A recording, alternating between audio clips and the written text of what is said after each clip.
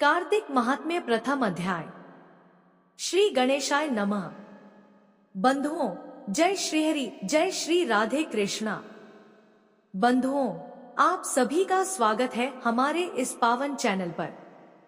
आज हम आरंभ करने जा रहे हैं कार्तिक महात्म्य का प्रथम अध्याय, जिसे सुनने मात्र से पापों का नाश होता है और भक्त को मोक्ष का मार्ग प्राप्त होता है। इस कथा को अंत तक ध्यानपूर्वक सुनिएगा, क्योंकि इसे सुनने से जीवन में शांति, सुख और समृद्धि आती है। भगवान श्री विष्णु और माता लक्ष्मी की असीम कृपा प्राप्त होती है। बंधुओं, इस कथा को जरूर लाइक करें, शेयर करें और हमारे चैनल को सब्सक्राइब करें, ताकि ऐसी ही पवित्र और शिक्षाप्रद कथाएं आप तक हमेशा पहुंचती रहें। कमेंट बॉक्स में राधे थे जरूर लिखें, ताकि आपको कथा श्रवण का पूर्ण फल प्राप्त हो सके। कार्तिक महात्म्य प्रथम अध्याय। श्री गणेशाय नमः। बंधुओं, आप सभी श्रोताओं को जय श्री हरि, जय श्री राधे कृष्णा। आज हम आरंभ करने जा रहे हैं कार्तिक महात्म्य का प्रथम अध्याय। एक ऐसी कथा जो पापों का नाश करती है, मन को शुद्ध करती है और भक्त को भगवान के चरणों तक पहुंचाती है। बंधुओं, जय श्री राधे कृष्णा। आप सभी का हार्दिक स्वागत है हमारे इस पावन चैनल पर। आज हम आरंभ करने जा रहे हैं कार्तिक महात्म्य का प्रथम अध्याय, जिसे सुनने मात्र से पापों का नाश होता है और भक्त को मोक्ष का मार्ग प्राप्त होता है। इस कथा को अंत तक ध्यानपूर्वक सुनिएगा, क्योंकि इसे सुनने से जीवन में शांति, सुख और समृद्धि आती है। भगवान श्री विष्णु और माता लक्ष्मी की असीम कृपा प्राप्त होती है।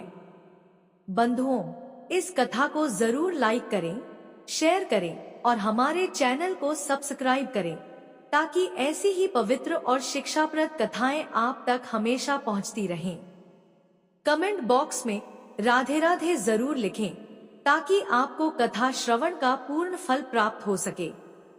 बोलिए गणेश भगवान की जय हो, विष्णु भगवान की जय हो, लक्ष्मी माता की जय हो। गणेश जी की कथा। बहुत समय पहले की बात है बंधुओं। एक छोटे से गांव में एक बुढ़िया माई रहती थी। उसका जीवन बहुत सादा था, पर मन भक्ति से भरा हुआ था। हर सुबह वह मिट्टी से एक छोटा सा गणेश बनाती, उनका स्नान, पूजन, आरती करती। फिर शाम होते होते वही मिट्टी गलकर मिट्टी में मिल जाती। अगले दिन फिर वही क्रम दोहराती, हर दिन नई मूर्ति, हर दिन नई पूजा, जैसे उसका हर श्वास केवल गणपति बप्पा के नाम पर हो। बंधुओं, कहते हैं भक्ति का मूल्य धन से नहीं, भावना से होता है। उस बुढ़िया की भावना ने गणेश जी को प्रसन्न कर दिया। उसी गांव में एक बड़ा सेठ भी रहता था, जिसका नया मकान बन रहा था। सेठ के दरवाजे से बुढ़िया रोज गुजरती और मन ही मन गणेश जी का नाम लेकर रुक जाती। एक दिन उसने देखा, सेठ के घर में कई मूर्तियां बन रही थी, पत्थर की, संगमरमर की, बड़ी और सुंदर। उसने मुस्कुराते हुए कहा, अरे मिस्त्री बाबू, मेरे लिए भी पत्थर का गणेश बना दो। हर रोज मिट्टी का बनाऊं तो गल जाता है। मिस्त्री हंस पड़े। माई, जितने में हम तेरा गणेश बनाएंगे, उतने में तो हम अपनी दीवार ही नहीं उठा पाएंगे। बुढ़िया ने हंसकर कहा, राम करे तुम्हारी दीवार टेढ़ी हो जाए बेटा, अगर गणेश जी का काम टाल रहे हो। बंधुओं, बुढ़िया की सच्ची भक्ति का प्रभाव देखिए। सेठ की दीवार सचमुच टेढ़ी हो गई। मिस्त्री पूरे दिन लगाते लगाते थक गए, पर दीवार सीधी न हुई। शाम को सेठ आया, देखा मकान की दीवार झुक गई है। गुस्से से पूछा, ये क्या हुआ? मिस्त्रियों ने सब बता दिया। एक बुढ़िया आई थी, पत्थर का गणेश मांग रही थी। हमने मना कर दिया तो उसने कहा दीवार टेढ़ी हो जाए। सेठ चकित हुआ, तुरंत बुढ़िया को बुलवाया। बुढ़िया आई। सेठ ने हाथ जोड़ कर कहा, माई, हमें क्षमा करो, हमारी दीवार सीधी कर दो। मैं तुम्हारे लिए सोने का गणेश बनवाऊंगा। बुढ़िया मुस्कुराई। बेटा, गणेश जी की कृपा से सब ठीक होगा। उसने गणेश जी का नाम लिया। जय श्री गणेश। अरे बंधुओं, जैसे ही उसने नाम लिया, दीवार सीधी हो गई। सेठ ने बुढ़िया को सोने का गणेश भेंट किया। कहते सुनते जयकारा लगाते, बोलो गणेश भगवान की जय हो। बंधुओं, जैसे सेठ की टेढ़ी दीवार सीधी हुई, वैसे ही गणेश जी सबकी बिगड़ी बनाते हैं। जो सच्चे मन से उनका नाम लेता है, उसका हर कार्य सिद्ध होता है।